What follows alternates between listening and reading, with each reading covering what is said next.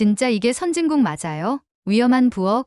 그게 자랑이라고요? 이 말, 한국에서 온갖 논쟁을 부른 외국인의 입에서 나왔습니다. 뭄바이에서 날아온 엔지니어가 충격받은 건 인터넷 속도도 배달 문화도 아닌 연기였습니다. 하지만 더 충격적인 건 마을 이장이 그녀를 적으로 여겼다는 것. 이방인의 기술은 거절당했고 그녀는 혼란 속에서 외쳤습니다.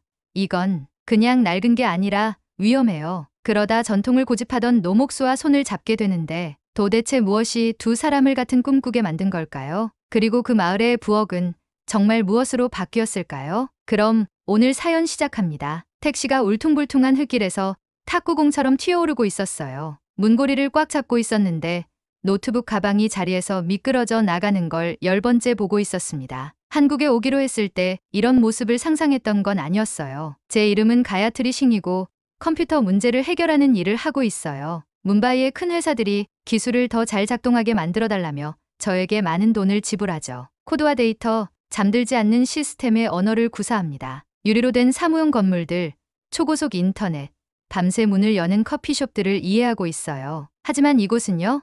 마치 타임머신에 들어간 것 같았어요. 먼지 낀 창문에 코를 대고 보니까 가슴이 뱃속까지 내려앉는 기분이었어요. 집들이 박물관에 있어야 할 것 같아 보였거든요. 모든 집에 모서리가 위로 휘어 올라간 곡선 지붕이 있었는데 마치 날개를 펼친 새 같았어요. 벽은 나무와 흙으로 만들어져 있었고 햇살에 바랜 부드러운 색깔로 칠해져 있었습니다. 모든 게 낡아 보였어요. 정말 오래된 것 같았죠. 7살 딸 미나가 제 옆에 앉아 있었는데 길이 울퉁거릴 때마다 까만 눈이 점점 더 커지고 있었어요. 담요처럼 태블릿을 가슴에 꼭 안고 있었습니다. 엄마, 속삭이듯 말했어요. 왜 모든 게 이렇게 달라 보여?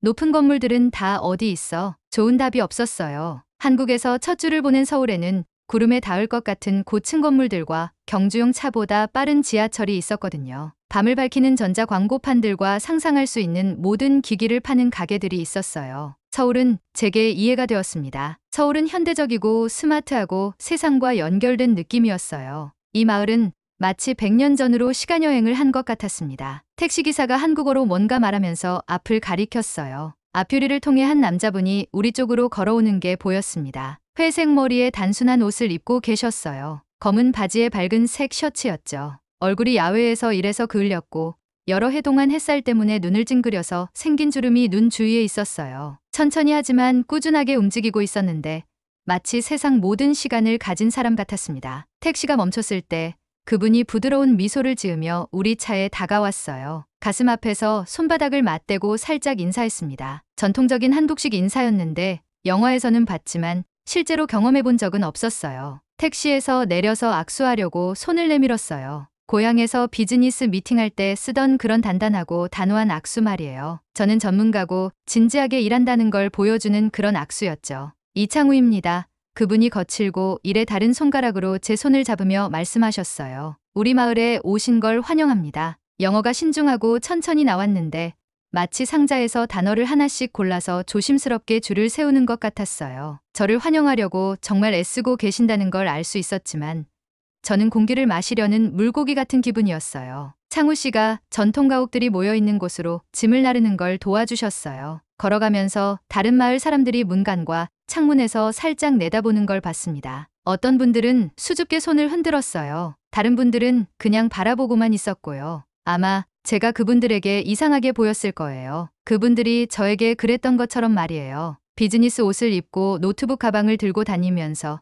텔레비전에서만 들어본 언어를 쓰는 여자였으니까요. 그때 냄새를 맡았어요. 연기였어요. 진하고 무거운 연기가 눈물이 나게 하고 목을 까끌거리게 만들었습니다. 바비큐나 캠프파이어에서 나는 깨끗한 연기가 아니었어요. 거칠고 쓴맛이었는데 타면 안 되는 게 타고 있는 것 같았어요. 이게 무슨 냄새예요?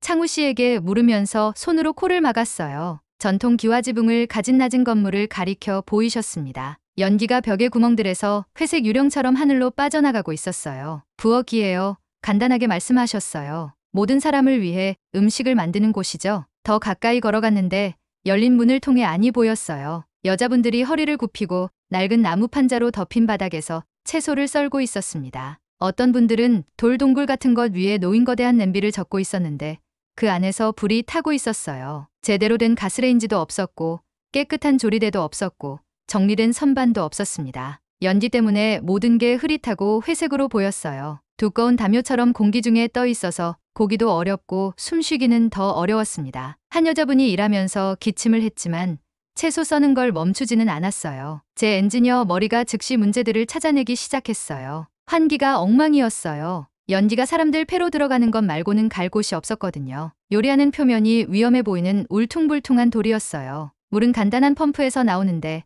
아마 몇 년 동안 깨끗한지 검사받은 적이 없을 거였습니다. 음식은 온도 조절 없이 바구니와 토기에 보관되고 있었어요. 이건 그냥 구식이 아니었어요. 위험했습니다. 미나가 제게 더 가까이 오는 걸 느꼈는데 작은 손이 제 손을 찾았어요. 연기 나는 부엌을 걱정스러운 눈으로 바라보고 있었습니다. 엄마, 왜 연기가 이렇게 많아? 불난 거야? 답하기도 전에 창우 씨가 다른 남자분과 한국어로 이야기하는 소리가 들렸어요. 부엌 근처에 서서 벽과 지붕을 가리키고 있었습니다. 말은 이해할 수 없었지만 뭔가를 계획하고 있다는 걸 알 수 있었어요. 내일 창우 씨가 영어로 저에게 말씀하셨어요. 옛 부엌 허물고 새로 짓기, 현대식으로요. 제 머릿속에서 스위치가 켜지는 것처럼 뭔가가 딸깍했어요. 여기 해결이 필요한 문제가 있었거든요. 제 기술이 실제로 사람들을 도울 수 있는 상황이 있었습니다. 전통 가옥이나 옛 관습은 이해하지 못해도 시스템은 이해했어요. 어떻게 하면 더 잘 작동하게 만들 수 있는지 알고 있었습니다.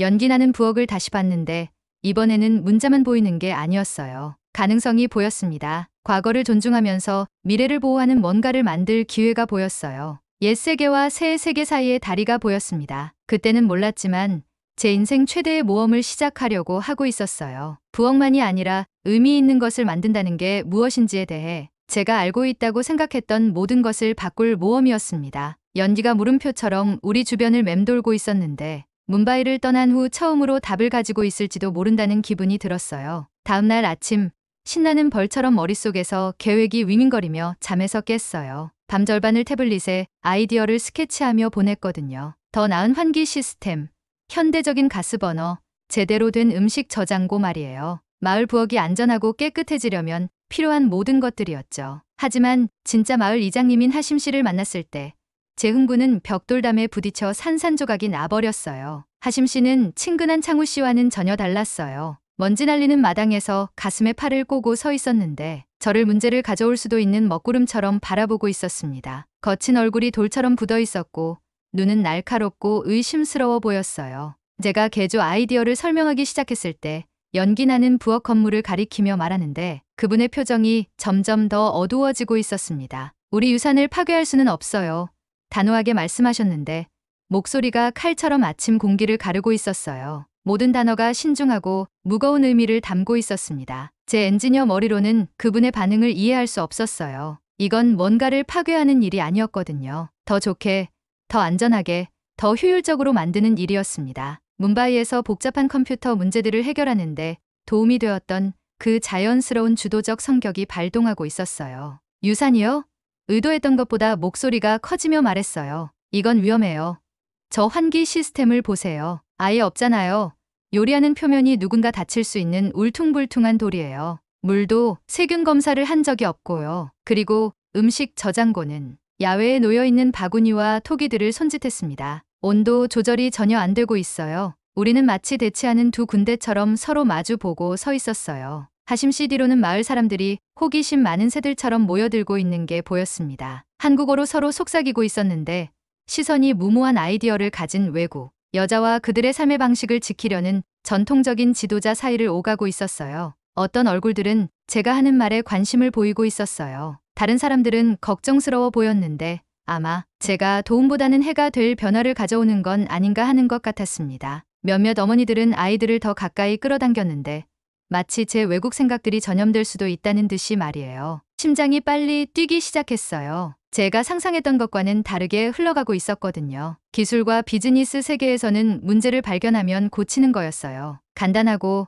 논리적이고 효율적이게 말이죠. 하지만 사람들은 컴퓨터 시스템이 아니에요. 마을은 소프트웨어 프로그램이 아니고요. 그리고 전통은 코드에서 제거해야 할 버그가 아닙니다. 대화가 진짜 논쟁으로 변할 것 같았을 때 새로운 목소리가 우리에게 들려왔어요. 부드럽고 차분한 매끄러운 돌 위로 흐르는 물 같은 목소리였습니다. 가야트리 씨, 그 목소리가 말했는데 한국식 존댓말을 써서 갑자기 외국인이 아니라 포함된 느낌이 들었어요. 돌아보니 제 또래 정도 되는 여자분이 우리 쪽으로 걸어오고 있었습니다. 친절한 눈을 하고 있었고 무용수를 떠올리게 하는 우아하고 자신감 있는 걸음걸이였어요. 영어가 명확하고 부드러웠고 마치 편안한 담요처럼 평화로움을 가지고 다니는 것 같았습니다. 이분이 조하늘 씨 마을 영어 선생님이었어요. 나중에 알게 된 건데 이분은 옛것과 새것 사이의 다리 같은 분이었습니다. 두 세계를 모두 이해하고 서로 대화할 수 있게 도와주는 분이었어요. 옛것과 새것을 모두 존중할 수 있다면 어떨까요?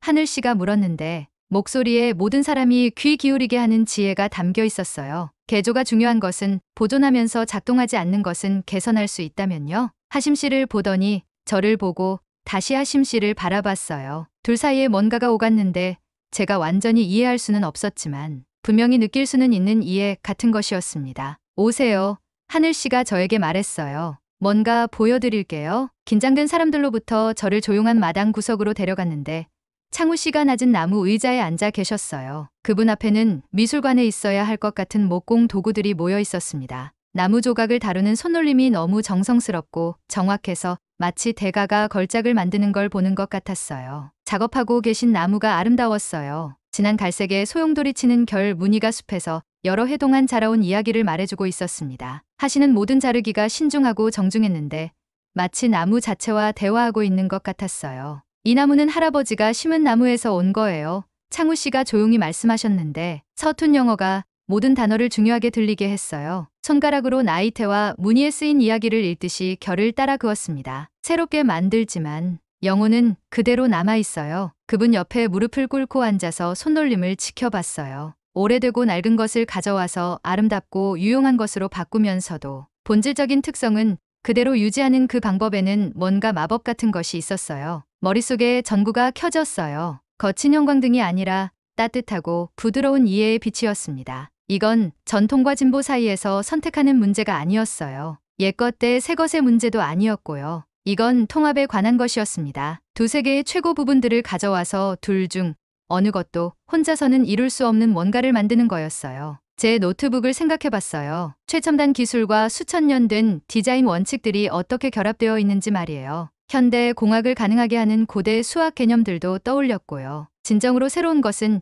옛것 위에 세워지지 않고는 존재하지 않아요. 그날 밤 도시에서 본 것보다 훨씬 밝은 별들로 가득한 하늘 아래 앉아 있었어요. 마을은 조용했는데 밤벌레들의 부드러운 소리와 잠자리에 들고 있는 가족들의 멀리서 들리는 웃음소리만 있었습니다. 핸드폰을 꺼내서 델리에 있는 친구 마야에게 전화했어요. 마야도 엔지니어였는데 제 기술적 능력과 문제를 해결하려는 고집스러운 의지를 모두 이해하는 사람이었거든요. 도움이 필요해 손에 닿을 것 같은 별자리를 올려다보며 말했어요. 그리고 계획했던 것보다 여기에 더 오래 있어야 할 것 같아. 마야의 목소리가 국제전화 연결을 통해 지직거리며 들려왔어요. 어떤 도움?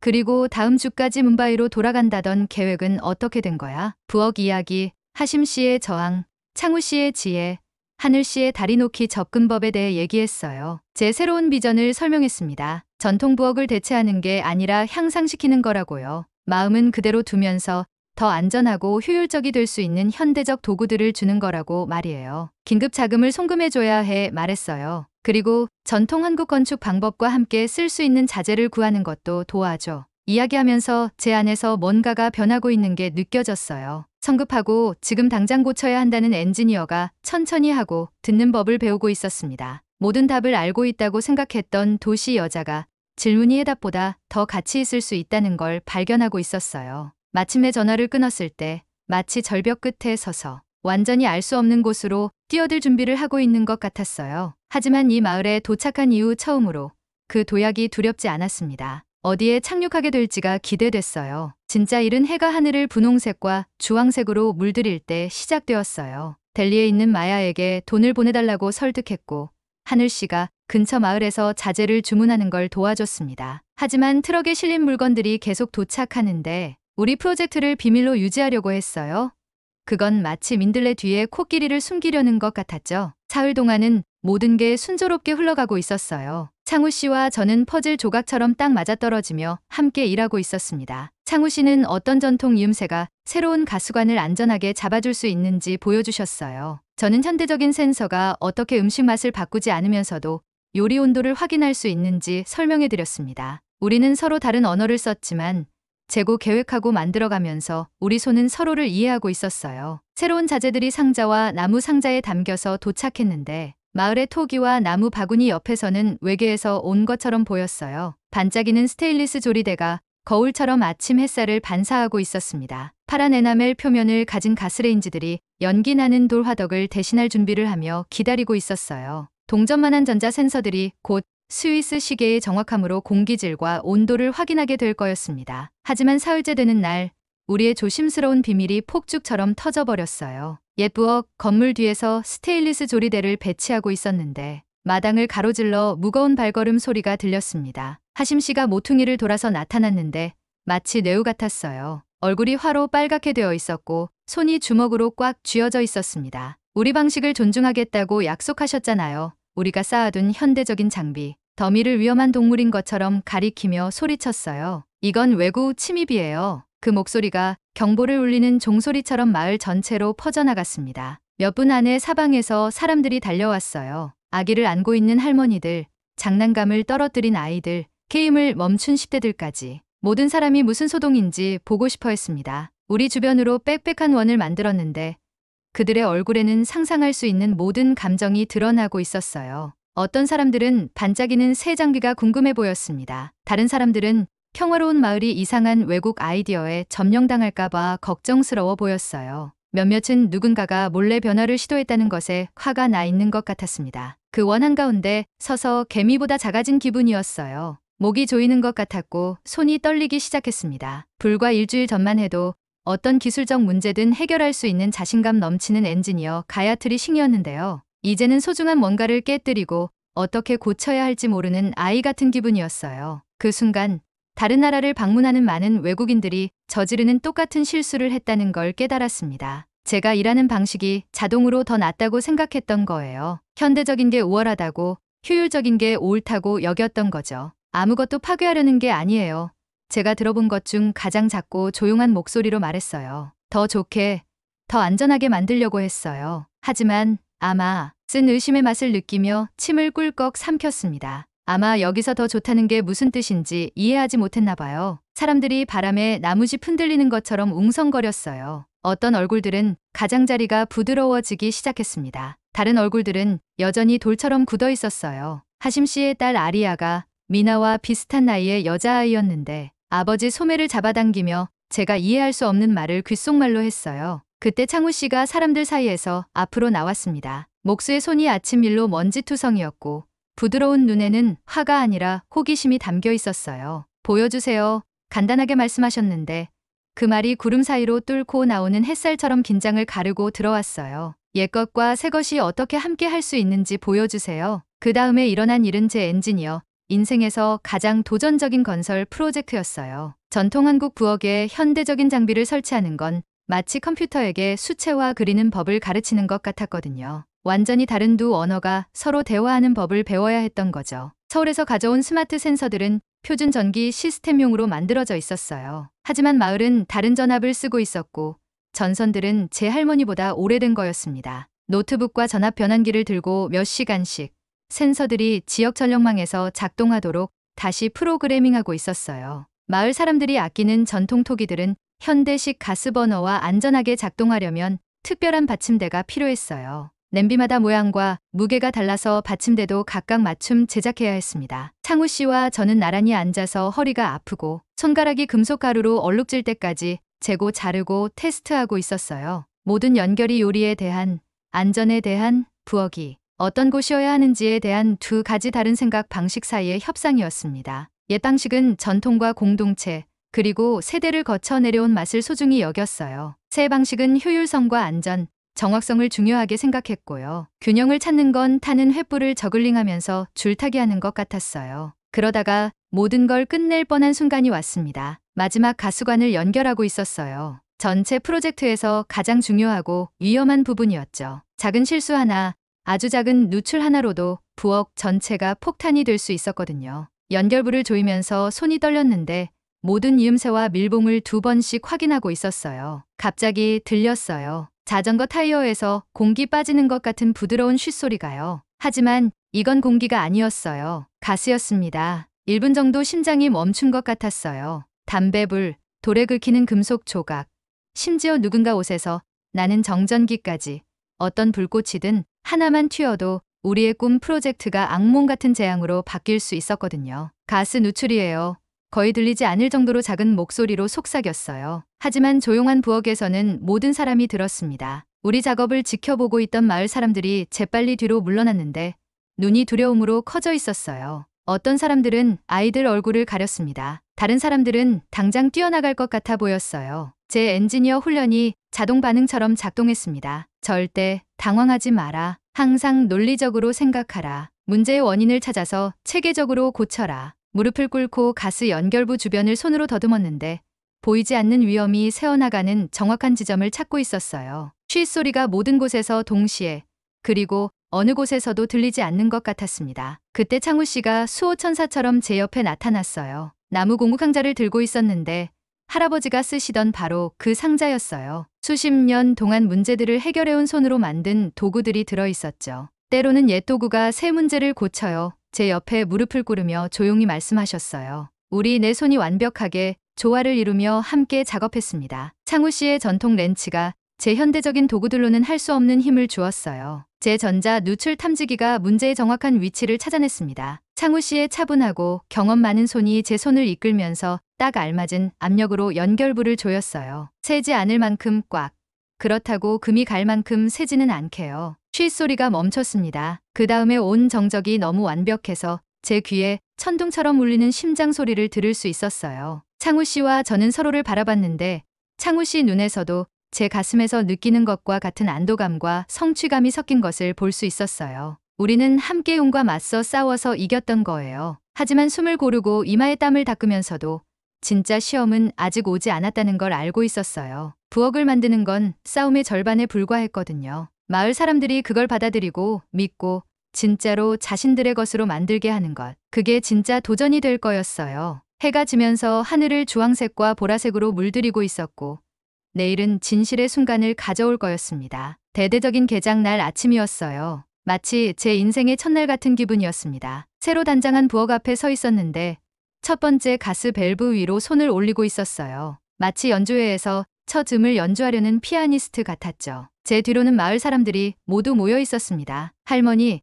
할아버지들이 집에서 가져온 나무 의자에 앉아 계셨어요. 아이들은 부모님 다리 뒤로 숨어서 보름달처럼 커다란 눈으로 바라보고 있었습니다. 창우 씨가 제 옆에 서 있었고 하심 씨는 문 근처에서 기다리고 있었는데 돌처럼 딱딱한 표정이었습니다. 하늘 씨는 작은 아리아의 손을 잡고 있었고 둘 다 희망에 찬 얼굴로 지켜보고 있었어요. 제 딸 미나도 제 옆에 바짝 붙어서 작은 손가락으로 제 팔을 꽉 잡고 있었습니다. 아침 봉기와 희망의 맛이 나는 숨을 깊게 들이마셨어요. 그리고 밸브를 돌렸습니다. 파란 불꽃이 마법이 태어나는 것 같은 부드러운 후우 소리와 함께 춤추며 살아났어요. 깨끗하고 조절되는 아름다운 불이 그 위에 걸어둔 전통 항아리 아래에서 깜빡이고 있었습니다. 연기가 공중으로 올라가지도 않았어요. 코를 찌르는 냄새도 없었고요. 부엌 주변의 전자 센서들이 친근한 반딧불이처럼 초록색으로 깜빡이고 있었습니다. 작은 화면들이 모든 게 완벽하게 작동하고 있다는 걸 보여주고 있었어요. 하지만 가장 놀라운 부분은 부엌이 여전히 자기다운 느낌을 갖고 있다는 거였어요. 전통 토기들이 현대적인 받침대 위에 당당하게 앉아 있었습니다. 새 것과 옛 것이 서로 싸우지 않고 함께 춤추고 있었습니다. 창우 씨의 눈에 눈물이 고이기 시작했는데 아침 햇살을 받아서 작은 다이아몬드처럼 반짝이고 있었어요. 목소리는 속삭임처럼 부드러웠지만 방 안에 있는 모든 사람이 들을 수 있었습니다. 여전히 우리 부엌이네요. 놀라움과 감사함이 담긴 말씀을 하셨어요. 하지만 더 나아졌어요. 그 단순한 말이 마지막 저항의 벽을 무너뜨렸습니다. 하심 씨가 문가에서 앞으로 나왔는데 잠시 동안 반짝이는 표면들과 부드러운 불꽃을 그냥 바라보고 있었어요. 그러다가 돌처럼 딱딱했던 표정이 달걀처럼 금이 가면서 그 아래에 숨어있던 부드러운 뭔가가 드러났습니다. 딸 아리아는 더 이상 흥분을 참을 수 없었어요. 하늘 씨의 손에서 벗어나서 새 요리 공간으로 달려갔습니다. 작은 손으로 매끈한 스테인리스 표면을 신기하게 만지고 있었는데 온 마을에 전기를 공급할 수 있을 것 같은 미소를 지었어요. 아빠, 봐요. 아빠라는 뜻의 한국말로 아버지를 불렀는데 미나한테서 배운 말이었어요. 이제 요리 도와줄 때 눈에 연기 안 들어와요. 그때 우리가 단순히 부엌을 새로 꾸미는 것보다 훨씬 큰 일을 해냈다는 걸 알았어요. 연결될 수 없을 것 같았던 두 세계 사이에 다리를 놓았던 거예요. 그 다음에 이어진 축하는 요리 냄새와 웃음소리에 쌓인 순수한 마법이었어요. 서울에서 한국 라면을 가져왔거든요. 반짝이는 새 냄비에서 라면을 끓이고 있었는데 하늘 씨가 도와주고 싶어하는 모든 아이들을 위해 한국어, 영어, 힌디어로 설명을 번역해주고 있었어요. 아이들이 스마트 센서들의 숫자들을 보면서 신기해하며 소리를 지르고 손가락으로 가리키고 있었어요. 냄비에서 올라오는 김이 완벽한 하얀 구름 모양이었는데 더 이상 사람들 폐를 아프게 하는 거친 연기와 섞이지 않았어요. 부엌 주변에서는 여름 햇살 아래 아이스크림처럼 장벽들이 녹아내리고 있었습니다. 한국 할머니들이 전통 향신료 조합을 보여주시는 동안 저는 온도 조절이 어떻게 요리를 매번 완벽하게 만들어주는지 설명하고 있었어요. 마을 아이들이 미나와 놀면서 한국어 단어를 가르쳐주고 미나는 힌디어 숫자를 가르쳐주고 있었습니다. 라면은 승리의 맛이었어요. 작은 아리아가 너무 신나게 면을 후루룩 먹어서 모든 사람이 웃기 시작했고 곧 방 전체가 순수한 행복의 축제 소리로 가득 찼어요. 하루가 저녁으로 바뀌어갈 때 하심 씨가 마지막 설거지를 하고 있는 저를 찾아왔습니다. 딱딱했던 자세가 부드러워져 있었고 말할 때 진짜 존경이 담긴 무게가 느껴졌어요. 사과드려야겠어요. 전통 방식으로 살짝 인사하며 말씀하셨어요. 그리고 혹시 마을의 다른 부엌들도 도와주실 수 있을까요? 가족처럼 친숙해진 얼굴들을 둘러보았습니다. 처음에는 부끄러워하던 낯선 아이들이 이제는 제 소매를 잡아당기며 새 부엌 그림을 보여주고 있었어요. 창우 씨는 벌써 다른 건물들의 개선 계획을 스케치하고 있었는데 목수의 머리가 가능성들로 빙빙 돌고 있었어요. 언젠가는 델리로 돌아가야 해요. 인도에서 기다리고 있는 제 직장과 삶을 생각하며 하심 씨에게 말했습니다. 하지만 화상통화와 인터넷 모니터링이 있으면 거리가 꼭 단절을 의미하지는 않아요. 여기서 더 큰 뭔가를 만들 수 있을 거예요. 창우 씨가 스케치에서 고개를 들었는데 눈이 흥분으로 반짝이고 있었어요. 스마트 마을 프로젝트요? 스마트 마을 프로젝트예요. 저도 동의했는데 그 말이 혀끝에서 약속의 맛이 났어요. 그날 밤 창우 씨 집의 작은 방에서 미나를 재우면서 미나가 제 가슴을 물 위에 돌멩이처럼 뛰게 만드는 질문을 했어요. 엄마, 우리 이제 영웅이야? 몇 주 전이었다면 영웅은 혁신적인 기술을 발명하거나 거대한 컴퓨터 시스템을 만드는 사람이라고 했을 거예요. 이제는 때로는 영웅이 된다는 게 그냥 사람들이 도움이 필요할 때 나타나는 것뿐이라는 걸 알았어요. 때로는 벽이 서 있던 자리에 다리를 놓을 용기를 갖는 거예요. 여기서는 우리 모두가 영웅이야. 얘야 딸에게 속삭였어요. 스마트홈 센서들이 어둠 속에서 부드러운 수호천사별처럼 평화롭게 깜빡이는 걸 바라보면서요. 우리 모두 한 명 한 명이 다 영웅이야. 창문 밖으로는 수백 년 동안 이곳을 지켜본 별들 아래에서 마을이 잠들고 있었어요. 하지만 이제 그 오래된 별빛들이 새로운 뭔가를 내려다보고 있었습니다. 과거를 존중하면서 미래를 받아들이는 부엌. 그리고 서로 다른 세계들이 함께 일하기로 선택했을 때 일어나는 마법을 믿게 된 공동체 말이에요. 네, 그럼 오늘 사연 어떻게 들으셨나요? 긴 세월을 품은 전통 부엌처럼 당신의 지혜도 세대를 잇는 다리가 됩니다. 과거를 존중하며 미래를 잇는 가교로 함께해 주세요. 오늘 사연이 재미있으셨다면 좋아요와 댓글 부탁드려요. 지금까지 저는 사연 읽어드리는 감동사연의 외 미연이었습니다. 끝까지 시청해주신 모든 분들 고맙습니다. 더 좋은 영상으로 다시 찾아뵐게요. 감사합니다.